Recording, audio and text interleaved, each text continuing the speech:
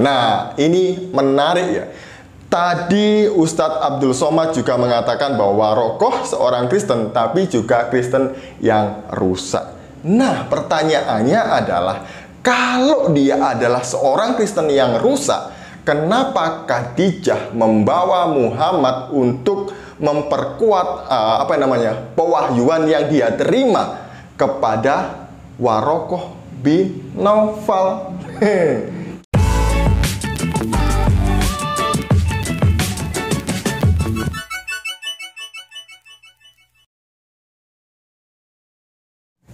Shalom saudaraku, salam damai sejahtera di dalam kasih Kristus. Berjumpa lagi dengan saya, Didi Juli. Kita akan belajar berapologetika bersama-sama di channel ini. Selain para mualaf, ada juga beberapa ulama Islam yang suka mencampuri urusan orang lain, urusan agama orang lain. Salah satunya adalah Ustadz Abdul Somad. Beliau ini suka sekali menjelek-jelekkan Kristen, bahkan dipakai sebagai candaan. Nah, kali ini apa yang dia bilang tentang kekristenan? Dia bilang bahwa Kristen sudah rusak. Benarkah Kristen sudah rusak dan Islam hadir untuk memperbaikinya? Sebelumnya mari kita melihat cuplikan video berikut ini. Apa agama manusia rentang masa Nabi Isa sampai Nabi Muhammad? Ajaran Nabi Isa itu rusak tahun 325. Nabi Muhammad datang 571. Dari 325 ke 571, maka ajaran Kristen rusak. Agama Nabi Musa rusak. Agama Nabi Musa rusak. Lalu apa agama orang saat itu? Di Makkah itu ada agama Ibrahim, tapi sudah terkontaminasi yang disebut dengan agama Hanafiyah Samhah. Masih ada, tapi sudah mulai rusak. Kristen ada. Siapa itu yang Kristen? Warokoh bin Naufal, saudara Khadijah, yang berkonsultasi Khadijah dengan dia ketika Nabi turun kedinginan. Itu Kristen. Tapi Kristennya pun sudah rusak karena terkontaminasi Trinitas. Kristen ada. Siapa itu yang Kristen? Warokoh bin Naufal, saudara Khadijah, yang berkonsultasi Khadijah dengan dia ketika Nabi turun kedinginan. Itu Kristen. Tapi Kristennya pun sudah rusak karena terkontaminasi Trinitas. Trinitas sudah ada tahun 325 ketika diadakan konsili Nisea oleh Kaisar Konstantin yang mengatakan Tuhan tiga, anak Allah, Allah Bapa, Rohul Kudus. Jadi kalau begitu agama waktu itu apa? Kristen rusak, Yahudi rusak, agama Ibrahim agama yang rusak. Datanglah Muhammad sallallahu alaihi wasallam membetulkan yang rusak-rusak ini. Lucunya Ustadz Abdul Somad ini ceramah memperkuat iman jemaah dengan cara menjelek-jelekkan agama orang lain. Saya tidak tahu pulang dapat apa para jemaah ini ya, selain mendapatkan rasa benci kepada umat Kristen. Nah, dia tadi mengatakan bahwa Kristen itu sudah rusak sejak tahun 325 Masehi. Tahu apa Ustadz Abdul Somad tentang sejarah Kristen? Tahu apa beliau ini tentang konsili Nikea? Karena kebanyakan polemikus muslim dan para mualaf itu memutarbalikkan fakta tentang konsili Nikea. Banyak mereka mengatakan bahwa konsili Nikea mengangkat Yesus jadi Tuhan. Konsili Nikea meneguhkan ajaran Trinitas. Padahal semuanya itu tidak benar. Konsili Nikea diadakan karena ada seorang bidat yang bernama Arius.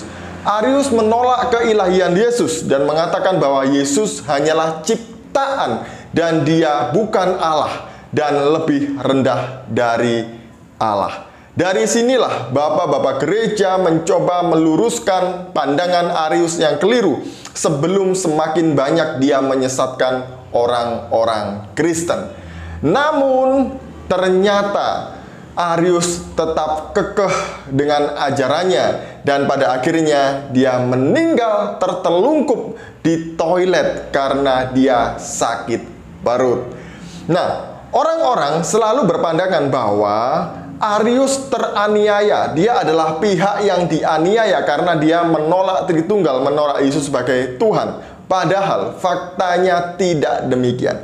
Justru Ariuslah yang mendapat pembelaan dari kaisar, dan orang-orang yang menolak Arius ini mendapatkan penganiayaan. Itu fakta yang terjadi. Jadi tidak ada perusakan agama Kristen di dalam Konsili Nikea. Ralat, tolong kalau ceramah, ceramah aja tentang ajaran Anda, tentang kitab suci Anda, nabi Anda yang rahmatan lil alamin itu ya. Yang kedua, apa agama manusia rentang waktu ajaran Kristen yang sudah rusak itu sampai kelahiran Muhammad atau lahirnya Islam. Dia tadi bilang bahwa orang-orang di Arab pada waktu itu beragama Hanifiyah, yaitu monoteisme Ibrahim. Padahal sejarahnya tidak berkata demikian.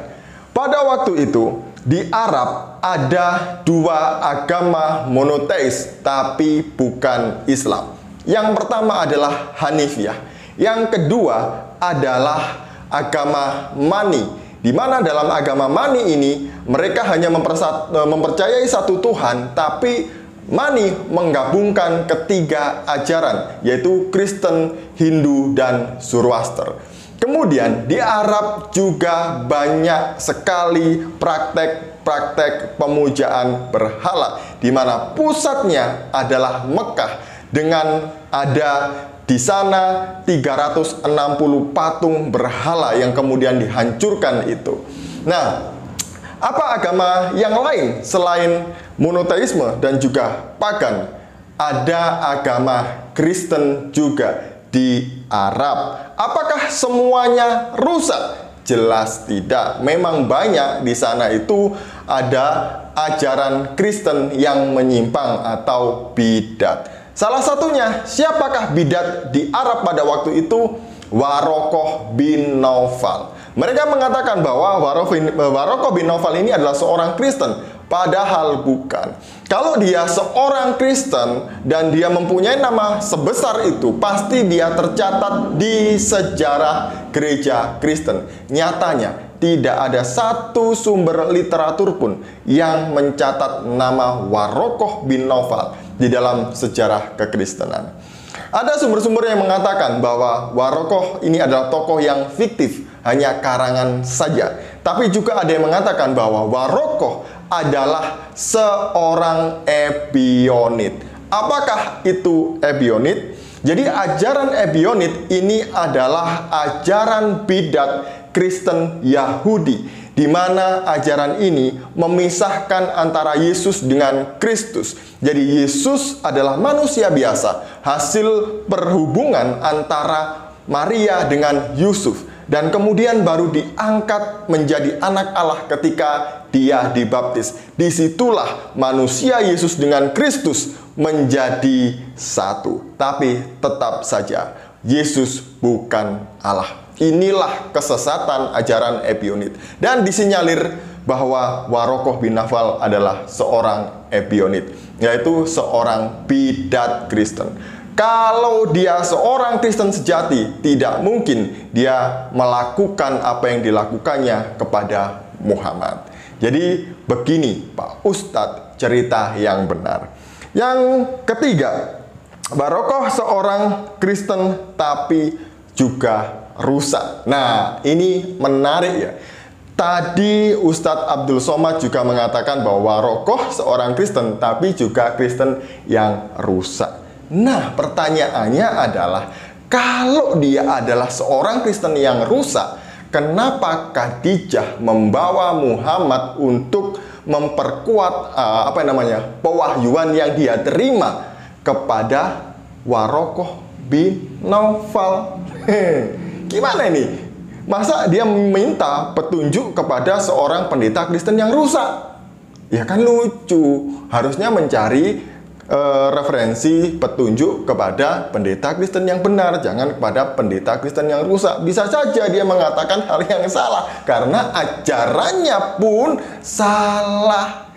Demikian dari saya, dan Kristen tidak rusak seperti yang disampaikan oleh Ustadz Abdul Somad. Itu hanya karang-karangan dia saja. Sekian, semoga ini memberkati kita. Shalom, salam waras, Tuhan Yesus memberkati.